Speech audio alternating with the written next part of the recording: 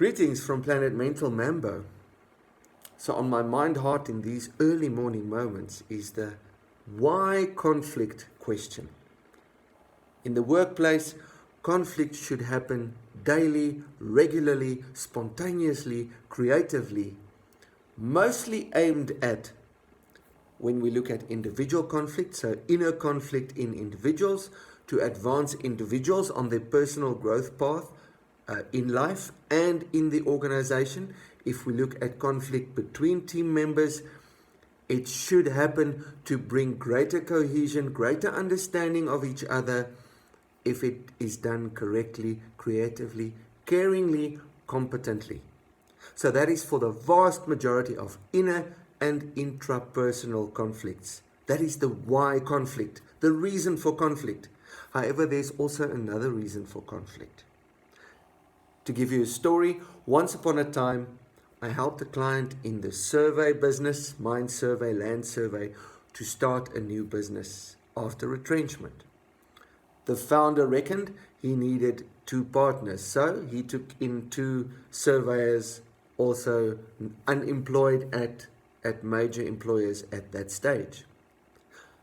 Over the first year or so, it became clear that the other 2 partners, the one was lazy, not pulling his weight, however, wanting to get the pay, the salary, the remuneration, and the other one was a scallum person, a thief, doing work under the name of the company, and then pocketing the money for himself and going on holiday trips, just disappearing for weeks on end. So obviously, naturally, conflict ensued, rising, very different conflicts with a lazy person who only left much later.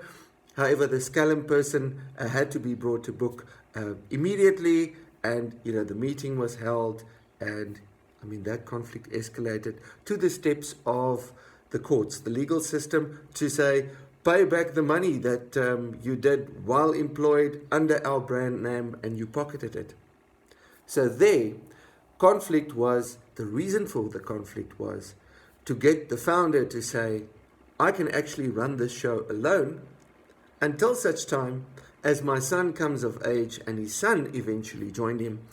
And today, what a beautifully expanding, growing business, beautifully successful, this family business phenomenon where there's a wonderfully organic handover from the founder to the son who's now the leader figure in the business. So, in your life, in your workplace, which of the regular conflicts are there to form you, to form the team cohesion and the greater impact of the organization? And which of your conflicts are actually there to say, we should no longer journey together? Why don't you map it out on a piece of paper? Start talking to yourself, then start talking to trusted people within the organization that can help you with this decision, because it will be holding back the organization if you allow the non-sustainable conflict, the destructive conflicts, the conflicts that will decay the impact of the organization to continue for much longer. # be the dance you wish to see in the world today.